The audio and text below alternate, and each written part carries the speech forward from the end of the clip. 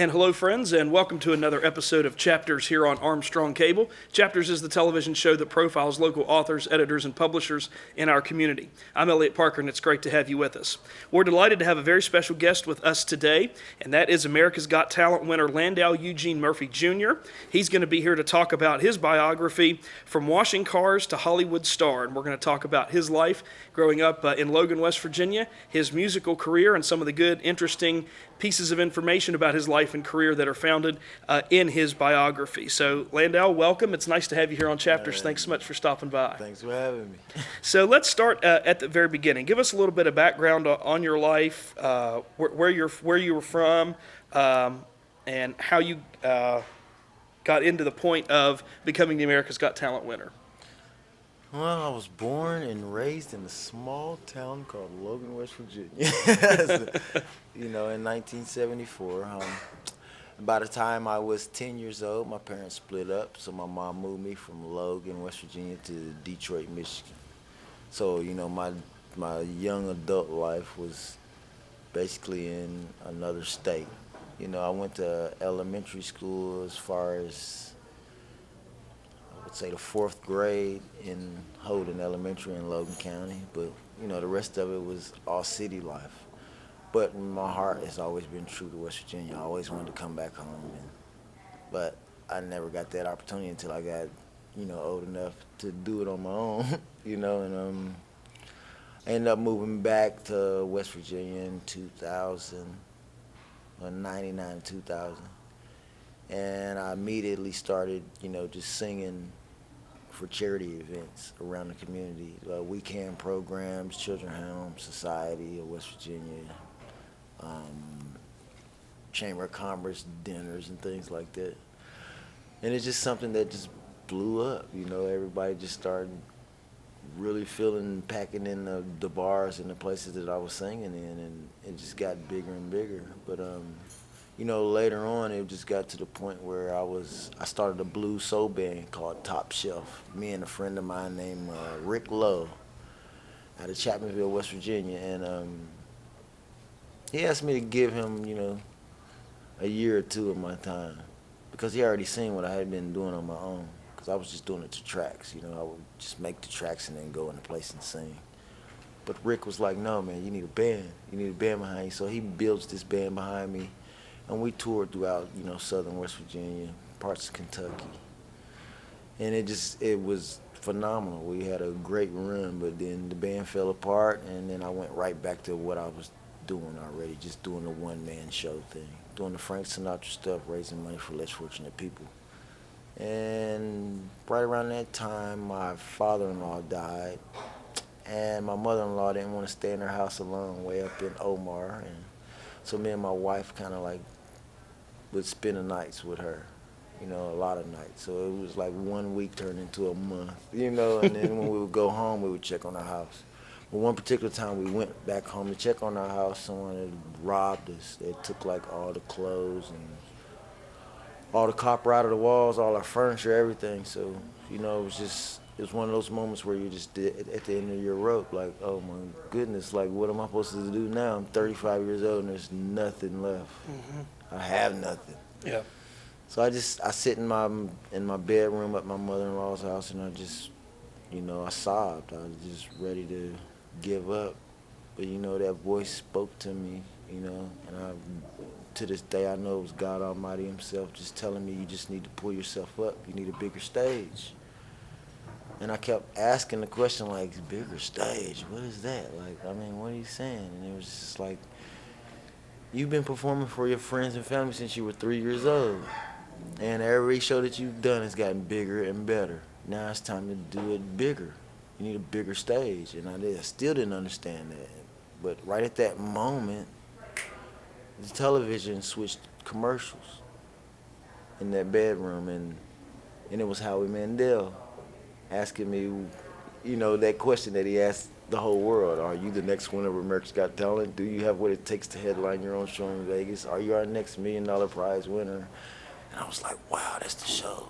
I was like, that's the stage right there. So I go into, the other room, get on the computer, sign up, waited for about I would say a month and a half, 2 months to get a reply. They sent me a confirmation back and asked me where I wanted to do my audition. I told them New York, because I knew I was going to do the Frank Sinatra stuff. Yeah, I knew I was going to do that. So it was just like, it's either New York or Vegas or Chicago. You know, if you're going to do Frank Sinatra, it's either one of those places. Sure.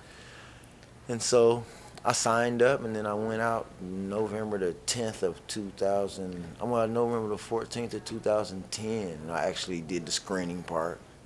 Then they told me to go home and don't come out of my bedroom. Mm-hmm. And that's when I kind of figured like they really liked me, because they was just like, don't come out of your bedroom at all, and just wait for us to call you. Okay.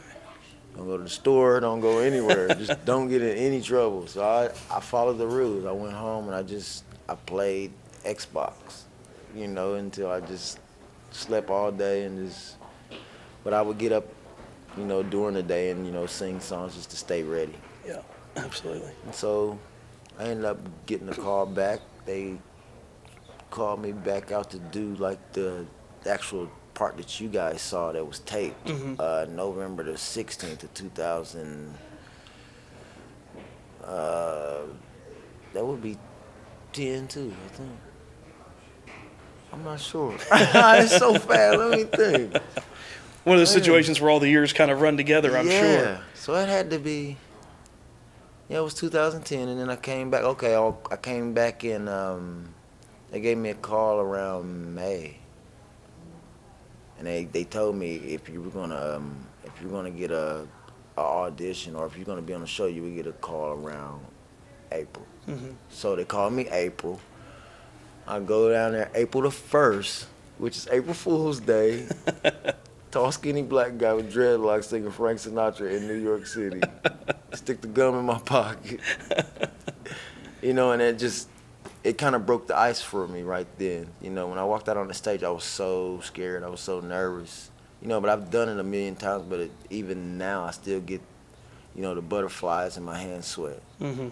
You know, and I think that's a gift from God as well, because, you know, it means that I'm not jaded, or Right. I'm still, you know, thinking about it. Oh, like, absolutely, you know, absolutely. And I love that feeling. So that was kind of my motivation. Okay, very good. Let me ask you a little bit about what got you interested in music. Was it during your time in Detroit that got you interested in music?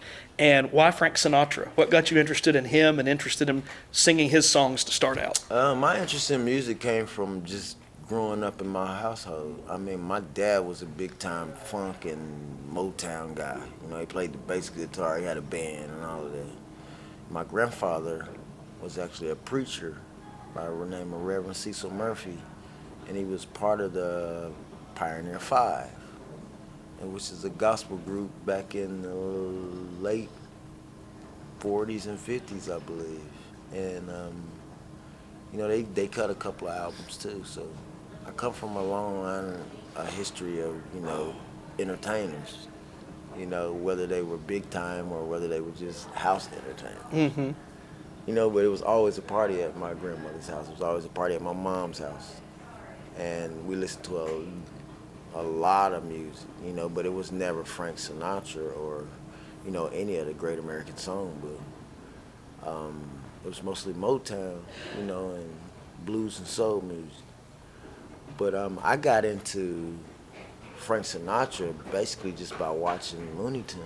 Mm-hmm. You know, Bugs Bunny, Merry Melodies. You know, anybody who ever watched those programs had big band in their lives. And I was one of those kids that sit in front of the TV every day and watch that, you know. And the thing that got me to doing the whole Frank Sinatra thing was my mom was a big Motown fan. Mm-hmm. And she watched the program. I watched the program with her called Motown 25th Anniversary. And on that show, that's the first time you seen Michael Jackson moonwalk. Mm-hmm. And remember, they had a big tribute to like all the artists. They had Joe Cocker, mm-hmm. Patti LaBelle, mm-hmm. Boy George, mm-hmm. Luther Vandross. I mean, everybody was on the stage together at this time. And even the Temptations and the Four Tops had that battle on stage. Mm-hmm. But they actually gave a tribute to Nat King Cole mm-hmm. on that show. And the song he was singing was Mona Lisa. Yeah. And that's my mom's name. Oh, okay. Very interesting. Right. So that got me to singing that song. I was singing to my mom, and she hated it because she's got teased about her name in school because of that song when she was a kid, you know. But I just loved it. I loved how he was just, you know, just so laid back. The way Nat King Cole was so laid back, you know, and he didn't have to, you know, do anything provocative or anything like that to captivate his audience. He was just being Nat, you know, smooth, very suave, clean suit, you know, nothing crazy or out of the ordinary. And it was just amazing to me to see somebody, you know, enjoy their craft and just being themselves. Being themselves, you know. Absolutely. I wanted to ask you too about your biography, from Washing Cars to Hollywood Stars. You worked with Rick Robinson on Yes. putting this book together. How did you and Rick meet, and what was that process like working with him? Rick Robbins reached out to us actually. Once I want to show everybody called me. You know, like, when you gonna do the book? You need a book. You need a book. And then he was like one of those guys that we wanted to do it with. Him and Kathy Teets. They reached out to me, and then he flew into Logan, and we went to Bob Evans, just like me and you right here with a pen and pad, and I just told him my life, you know, and he helped me write the whole book, you know, but I wanted it to be, you know, that journey. I didn't want it to be, because there is another book coming, you know, but it's going to actually be, you know, from birth all the way until now. Right. But see, this book basically just explains the journey from, you know, being back in West Virginia and Logan and washing cars at Mike Furrell's, and then pursuing my dream and doing all the charity work and the struggles me and my wife went through, and all the way up until America's Got Talent. Yeah. And I wanted to ask you too about that, you had an opportunity to be on a lot of different national programs. You're on the Wendy Williams show. You were featured on the Today Show. What was that experience like, and what was it like? And did you imagine when you auditioned for America's Got Talent that it would lead to where it's led today? Yeah, actually I did. I mean, I've dreamed this day, you know, all my life. I've been, like I said, entertaining my family and friends since I was 3 years old. So it's just, I mean, you practice all your life in the bathroom. You know, in the mirror. I never had a, you know, a vocal coach or a stage presence coach or any of that. It's just all of my coaching has been just life, you know, and that's another blessing from up above that he gives us, especially when we seek it, you know. But you have to listen and pay attention. So it was just like I had to actually just be me. And he already groomed me for all of it. So when I went on America's Got Talent, I had no idea I was going to win. What I was thinking is, okay, I'm going to go on this show. I'll probably make it to the top 10. I felt that good about myself. Out of America, you know what I'm saying? Sure. That's still good, out of America, the top 10. So I was just thinking, no, top 10, and then they'll probably cut me, you know, and they'll give it to the kid or something. Because I studied the show, you know, before I went on. I was like, okay, why did these people win this year? Or why did these people win? Then I started trying to figure out, was it staged? You know, because you're like, okay, why didn't those kids win? Right. Why didn't this person win? Because, like, Jackie Evancho didn't win. Actually, Michael Graham won it. But Jackie Evancho is a mega star right now. Right. You know? Right. And we barely hear about Michael Graham. That's true. You know? But he's still doing his thing, too. I actually went to Shanghai with him for a Heart to Heart Foundation. We raised $110,000 for less fortunate kids to get heart operations. And I noticed that's one thing that readers of your book will find out, is that you have been involved with a lot of charities and a lot of different charity work. Do you tend to partner up with charities that you believe in or that you find valuable, or is it just one of those things that kind of happens based on a need that you can fill for them? How do you choose your charities? It's basically a need that I can, you know, fulfill for them. I mean, they reach out to me, and then I go to my team and I say, hey, let's try to put this on, or let's try to do this. And it all works out, you know, and a lot of the people that's reaching out trying to get that help ends up getting it on behalf of me and the Landau band. That's great. That's Yeah. fantastic. And you mentioned the Landau Band. I want to ask you about them because we have a list of their names Yeah. featured on page 82 of your book. Guys like, excuse me, Ken Tackett on the drums, Dale Roberts on the guitar, Dwayne Flesher on the piano, Kevin Moore on the trumpet. Tell us a little bit about your band. How did you find these guys, and what is their support like for you in terms of helping you be successful? Okay, when I won America's Got Talent, a lot of bands started contacting me, and they wanted me to have a band in California. They wanted to send me people from New York, all of these other different places, but I don't know that. I don't know them. Mm-hmm. They don't know me. Mm-hmm. They don't know, the West Virginia lifestyle. So my thing was to stay true to my roots. So I said, when I get home, what I'm going to do is find a band that's from West Virginia. And I reach out to Burke Allen, which is my manager, and I reach out to Bob Noon first. Bob Noon is a family court lawyer in Logan County, and he's a dear friend of mine, and we started out with the weekend programs for less fortunate kids and abused children and things like that. So I reached out to him because he's a lawyer, and once I signed up for America's Got Talent, they gave me a contract. It was like this thick. I didn't know whether I was signing my life away or, how long I was going to be in this contract. Sure. So I immediately went to the lawyer, like, look, come here. Let's sit down and go over this contract with me. And he did that, and we signed everything right and make sure I wasn't signing my life away and all of that. And then once I won, you get a record deal with Sony Columbia Records. And it's for a year, and then they have the option of picking you back up again. But the record label actually places the management with you. They give you a manager and then another guy that's, I guess like your PR guy. Mm-hmm.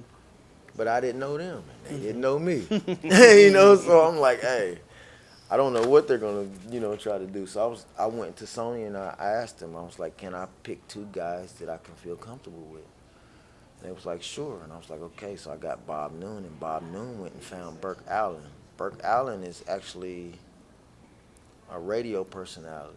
And he was on the radio when my cousins were playing basketball for Logan High School, and he was the radio guy since he was like 14, 15 years old. Mm-hmm. And he became like the #1 radio disc jockey in America.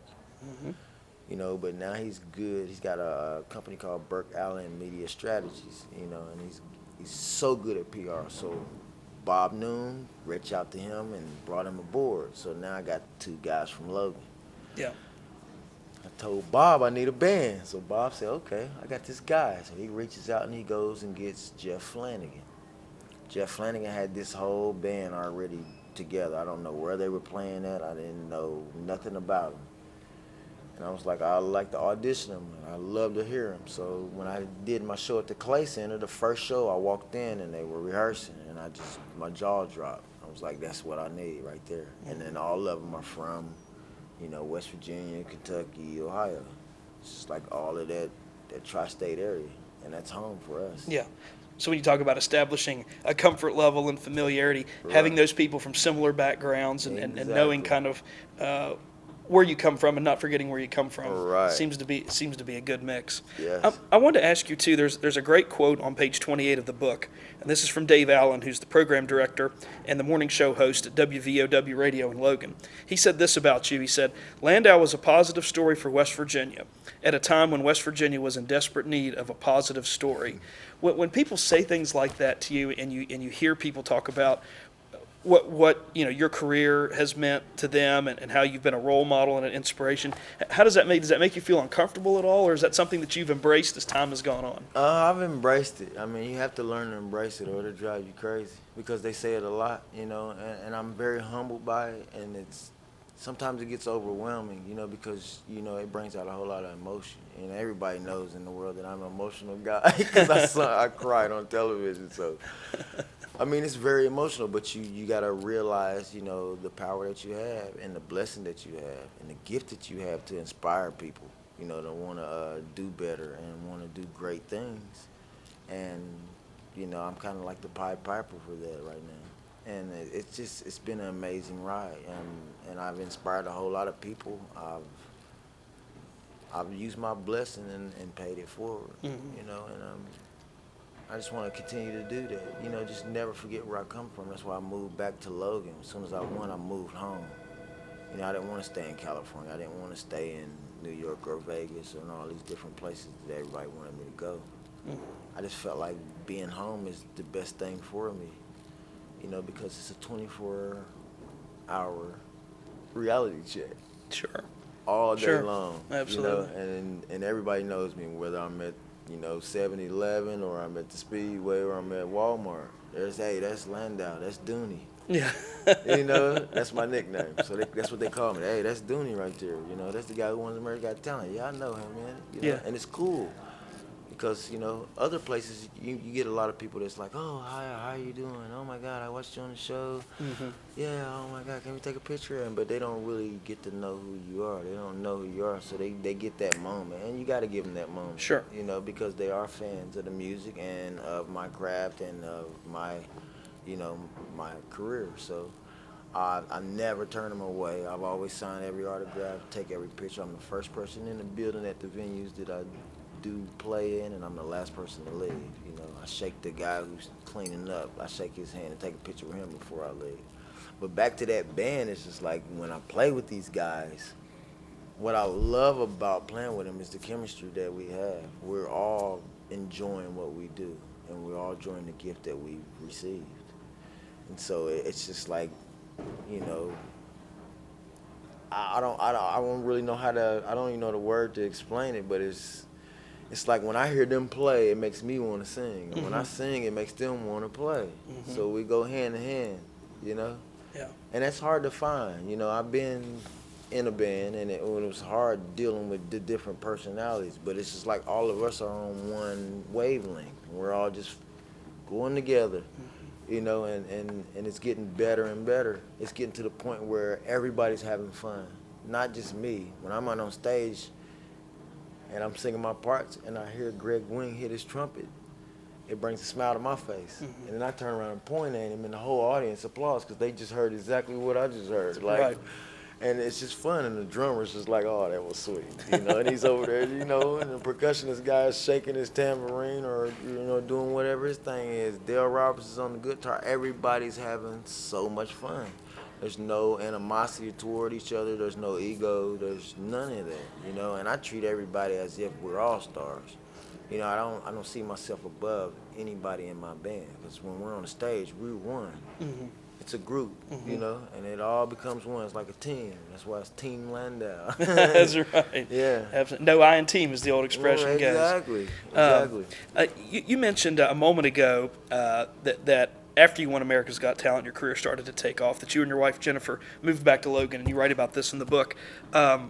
Were any of your agents or publicists or people you were connected to in California raise an eyebrow when you said, I'm out of here, I'm going back to Logan? Yeah, they all freaked out. Everybody did. They was like, why would you go back there? I mean, I was just like, why not?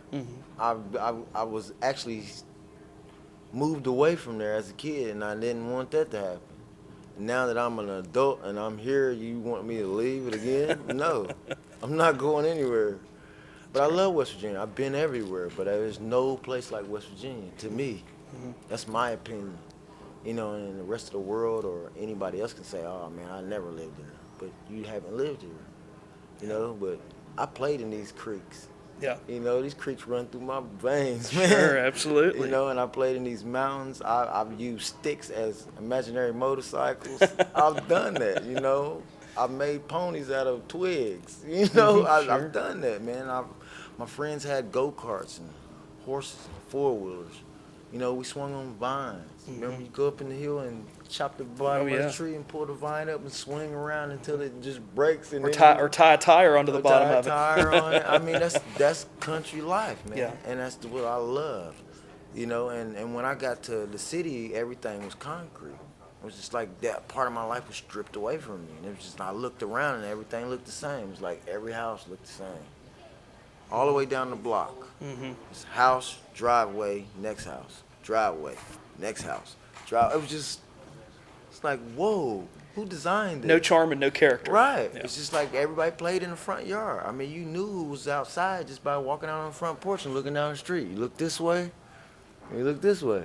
Oh, Johnny's been outside playing. They're throwing the football down the block, you know? And you knew that, but it was just no adventure in that. There's Yeah. no adventure in it. And when you go to the playground, it's all blacktop. You know, it's a concrete playground, but everything was like a concrete jungle. Yeah. You know, and I'm basically Black Tarzan when I'm in West Virginia. So you just took me out of my element. Understand. Totally understand. Totally understand. I wanted to ask you too, in our final moments with you, a couple more questions. I wanted to ask you about what are your thoughts on music today? Because we still have some Motown as a genre. We've got jazz as a genre. We've got the top 40 as a genre. But when you listen to some of this stuff today and you think about your music and who inspired you and Sinatra and Motown, what are your thoughts on music today and what do you think is the trends maybe with music as we look ahead in the coming years with what's going to be popular, what people are going to want to listen to? I think everybody's going back to the Great American Songbook, the classics. Everybody's going back to Kiss, Keep It Simple, Stupid. They're getting back to that style, you know, because they've burned out all the auto-tunes and all the other stuff and all the negative stuff that hip-hop has brought to the table. I mean, there's a lot of great hip-hop artists out there, but we don't get to hear them because the powers that be don't let those people get to the radio. You know what I mean? Because they're trying to make fast money, quick money. But you can't knock somebody for, earning their living. But here's what I say to my audience after just about every show. As entertainers, we all have a choice. You know, when you get that microphone in your hand, that's power. Even if it's for that hour and a half. You got the power to change minds. You got the power to change lives. You got the power to say negative things. You got the power to say very positive and uplifting things. That's the choice that we have. Now, you can either make things good or you can make things bad. I choose to make things good. We've seen all the bad. You know, I grew up on Tupac and Biggie, and all those other guys, and I love them, and I don't. But my problem is when those guys were at the turning point of doing great things, they were taken away from us, and it was just because of all the bridges that they burned, trying to get there. So if they started that road off, in a positive way, maybe they would still be here, and we would be, still sitting here at this table with Tupac. Right. Still talking about their contributions. Right. Yeah. Talking about their contributions to the music industry. I mean, because Tupac was both worlds. I mean, he gave you the thug world and he gave you I love my mother world. Or ladies lift your head up world. Yeah, absolutely. Or, It's true. So it was just like he was at that point in his life where he was going to become a man. And start doing a lot of positive things, but he was taken away from us because of what he did over here. Yeah. So when you ask me about the music industry today, what I say is I think it's dumbing down. I think they're trying to dumb down society. That's why they play it on the radio. I mean, you don't hear, Eric Clapton has a lot of amazing songs. Four Tops, The Temptations, all this stuff is amazing. But they're going to feed you, the guys who are going to corrupt the nation. Right. Because that's where all the money is. Yeah, absolutely. So it's going to be up to the people as far as what direction the music industry is going to go in. Because you have to support it for them to play it. Right. If you don't support Landau, then guess what you're going to get? You're going to get Lil Wayne. Right. Right. Until Lil Wayne matures and does something what Landau's doing, that's what you're gonna get. Yeah.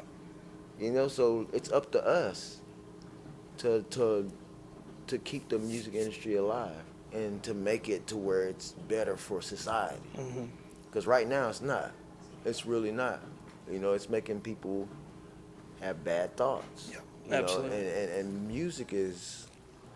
It's an emotion, it's a feeling. It's the best invention on the planet. It's the greatest gift that God has ever given us is the gift of music. Because it's a feeling, it's an emotion, it's in your gut. And it can move around the room like I could play some of the sweetest music in here right now, and we'll all get along. Yeah.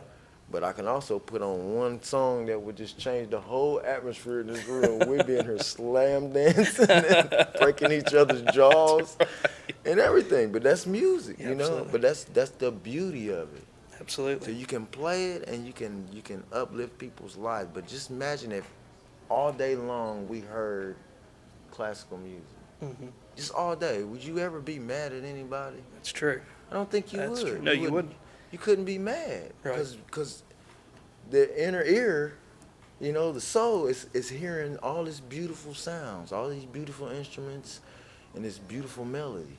And that gets inside of you, you know? And that's how I feel when I'm on stage. When that stuff comes on, I feel like I'm floating on the cloud. That's great. You know, but I can also get right back in my truck and put on like something crazy and head nod all the way down the street and, you know, have road rage or anything. Sure, you know? absolutely, yeah. You know, Yes, when indeed. you got on XM radio and you listen to Sirius Nacho, you're like, okay, well, come on. You know, but if you put on another station that's like wild and out there, you're like, get out of my way. That's right. That's right. That's just, so true. That's the way it is. That's so true. So, like I said, it's up to us. Where's the music industry going? Yeah. And as a society, we need to stop being stupid. Yep. You know, and stop letting the powers that be control what we listen to. Well, Landau, this has been a fantastic conversation. We've enjoyed it so much. We've enjoyed talking about your biography. It is called Landau Eugene Murphy Jr. From Washing Cars to Hollywood Stars. The publisher is Headline Books. Rick Robinson also contributed towards this book, and anyone interested in getting a copy of this can get it right here at Empire Books and News, anywhere they like to buy books. Yes. And we appreciate you stopping by today. It was a pleasure talking with you. Hey, We wish thank you all the best of luck in the future. Hey, Come back thank and talk with us again soon. Will do. Okay. And lastly, we want to take a moment to thank our partners behind the scenes who do so much work to support our shows each week here on Chapters, and that is the staff and management of Empire Books and News at Pullman Square in Huntington. They provide our studio taping space for each episode of Chapters, and we appreciate them so much. We also encourage you to stop by to pick up a copy of Landau Eugene Murphy Jr.'s book or any other book that you're looking for. Many of the books that have been written or published by the authors and publishers featured on Chapters are for sale here at Empire Books and News, as well as the largest selection of magazines in the tri-states. We encourage you to stop by and check that out for whatever your reading tastes might be here at Empire Books and News. And lastly, if you've got a question, comment, or suggestion about this Chapters program or any Chapters program we have broadcast here on Armstrong Cable, we want to hear from you. You can send us an email to the address that pops up right here at the bottom of the screen, lp4@zoominternet.net. We appreciate all the feedback and comments that we receive. And if you want to check out a previous episode of Chapters, we've made that available to you through the Armstrong One Wire page on YouTube. And all you need to do is go to www.youtube.com/Armstrong One Wire. From there, select the Chapters link, and you can go back and watch all the episodes of Chapters that have been previously aired here on Armstrong Cable. We've got over 10 hours of author and publisher interviews. So if you've missed an episode or you want to go back and check out another one for the second or third time, that's the place you go, is www.youtube.com/Armstrong One Wire. Click on the Chapters link, and you'll be ready to go for that. And that's going to do it for us this time on Chapters. Please come again next time. And in the meantime, stay tuned to this station for news and views that impact you and